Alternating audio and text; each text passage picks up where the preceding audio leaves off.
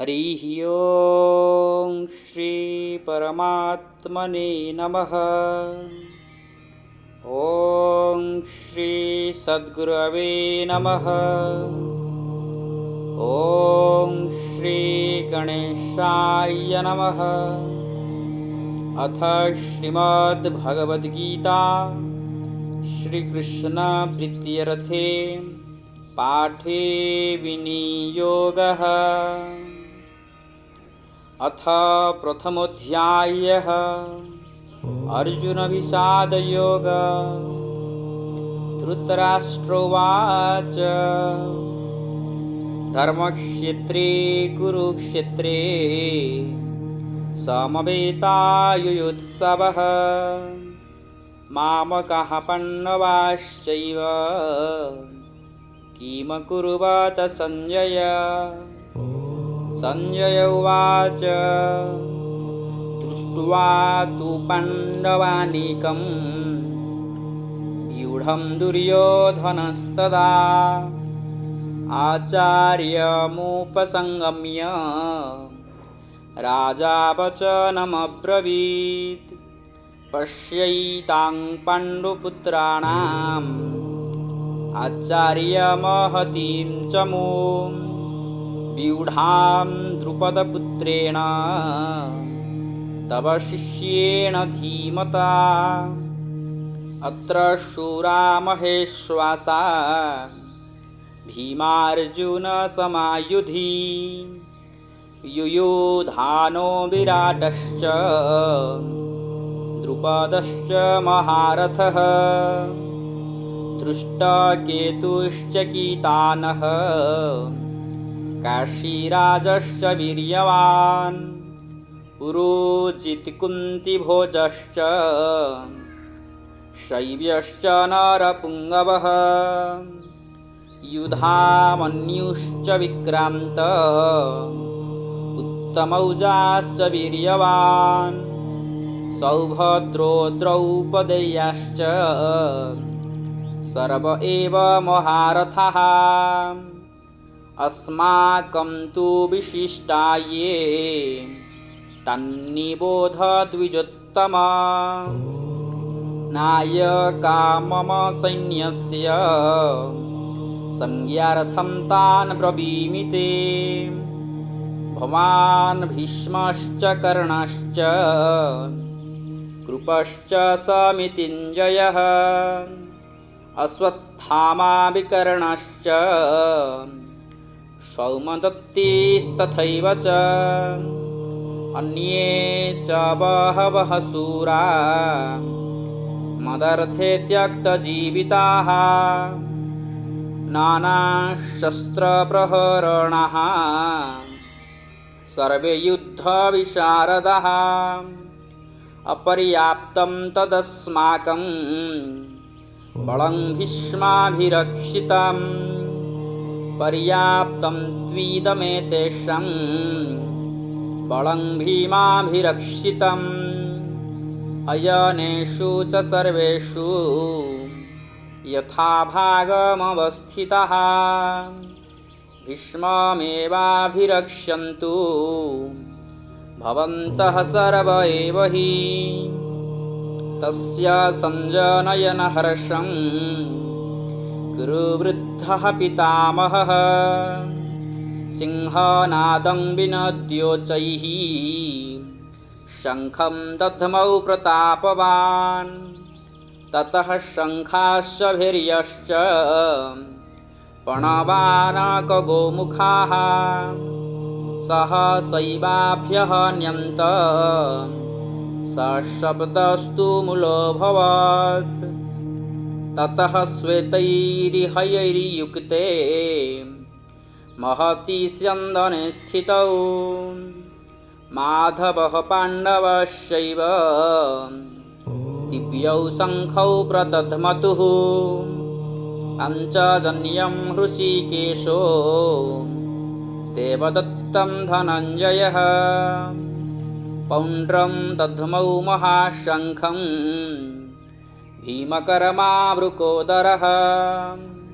अनन्तविजयं राजा कुन्ती कुन्तीपुत्रो युधिष्ठिरः नकुलः सहदेवश्च सुघोषमणिपुष्पकौ काश्यश्च परमेश्वासः शिखण्डी च महारथः दृष्टद्युम्नो विराटश्च सात्यकिश्चापराजितः द्रुपदो द्रौपदेयाश्च सर्वशः पृथिवीपते सौभद्रश्च महाबाहुः शङ्खान् दध्मुः पृथक् पृथक् सघोषोधार्तराष्ट्राणां हृदयानि व्यदारयत् नभश्च पृथिवीं चैव तुमुलो व्यनुनादयन् अथ व्यवस्थितान् दृष्ट्वा धार्तराष्ट्रान् कपिध्वजः प्रवृत्ते शस्त्रसम्पाते धनुरुद्यम्य पाण्डवः ऋषिकेशं तदा वाक्यम् इदमाह महीपते अर्जुनोवाच सेनयोरुभयोर्मध्ये रथं स्थापयमेच्युत यावदेतान् निरीक्ष्येऽहं योद्धुकामान् अवस्थितान् कैर्मया सह योद्धव्यम् अस्मिन् रणसमुद्यमे योत्स्यमानानवेक्ष्येऽहं य एतत्र समागतः धार्तराष्ट्रस्य दुर्बुद्धेः युद्धे प्रियचिकीर्षवः सञ्जय उवाच एवमुक्तो ऋषिकेशो गुडाकेशेन भारत सेनयोरुभयोर्मध्ये स्थापयित्वा रथोत्तमम् भीष्मद्रोणप्रमुखतः सर्वेषां च महीक्षिताम् उवाच पार्थ पश्यैतान् समवेतान् कुरूनिति तत्रा पश्यत् स्थितान् पार्थः पितॄनथ पितामहान् आचार्यान् मातुलान् भ्रातॄन् पुत्रान् पौत्रान् सखींस्तथा श्वशुरान् सुहृदश्चैव सेनयोरुभयोरपि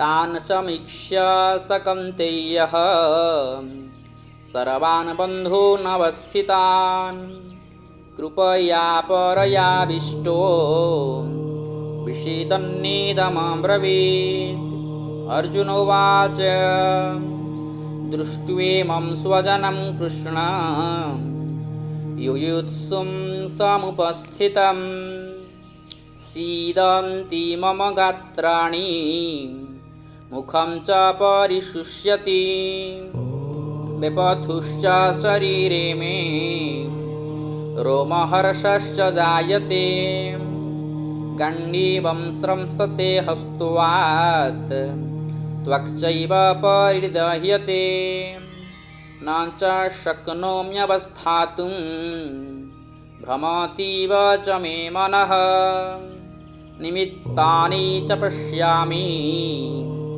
विपरीतानि केशव न च श्रेयोनुपश्यामि हत्वा स्वजनमाहवे न काङ्क्ष्ये विजयं कृष्ण न च राज्यं सुखानि च किं नो राज्येन गोविन्द किं भोगैर्जीवितेन वा येषामर्थे काङ्क्षितं नो राज्यं भोगः सुखानि च त इमेव स्थिता युद्धे प्राणं त्यक्त्वा धनानि च आचार्यः पितरः पुत्रः तथैव च पितामहः मातुलः श्वशुराः पौत्राः शालाः सम्बन्धिनस्तथा एतान्न हन्तुमिच्छामि घ्नतोऽपि मधुसूदन अपि त्रैलोक्यराज्यस्य यतः किं नो मही कृते निहत्य धार्तराष्ट्रान्नः का प्रीतिः स्यात् जनार्दन पापमेवाश्रये तस्मान् हत्वैतानाततायिनः तस्मान् नरः वयं हन्तुं धार्तराष्ट्रान् स्वबान्धवान् स्वजनं हि कथं हत्वा सुखिनः स्याम माधव यद्यप्येतेन पश्यन्ति लोभोपहतचेतसः कुलक्षय्या कृतं दोषं मित्रद्रोहे च पातकं कथं न ज्ञेयमस्माभिः पापादस्मान् निवर्तितुं कुलक्षय्या कृतं दोषं प्रपश्यद्भिर्जनार्दन कुलक्षये प्रणश्यन्ति कुलधर्माः सनातनः धर्मे नष्टे कुलं कृत्स्नम् अधर्मोऽभिभवत्युत अधर्माभिभवत् कृष्णं प्रदुष्यन्ति कुलस्त्रियः स्त्रीषु दुष्टासु वर्ष्णेय जायते वर्णसङ्करः सङ्करो नरकायैव कुलघ्नानां कुलस्य च पतन्ति पितरो ह्येषां लुप्तपिण्डोदकक्रियः दोषैरेतैः कुलघ्नानां वर्णसङ्करकारकैः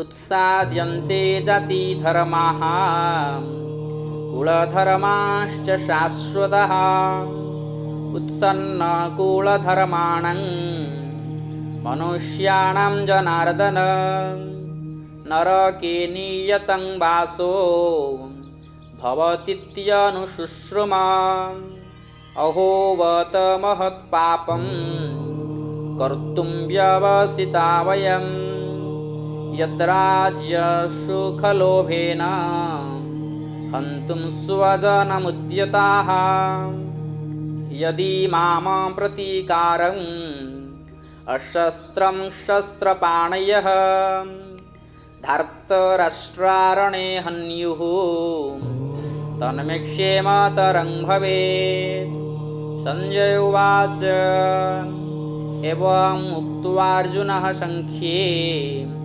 रथोपस्थ उपाविशत् विसृज्य सशरं चापं शोकसंविघ्नमानसः ॐ तत्सदिति श्रीमद्भगवद्गीतासु उपनिषत्सु ब्रह्मविद्यायां योगशास्त्रे श्रीकृष्णार्जुनसंवादे अर्जुनविषादयोग नाम प्रथमोऽध्यायः।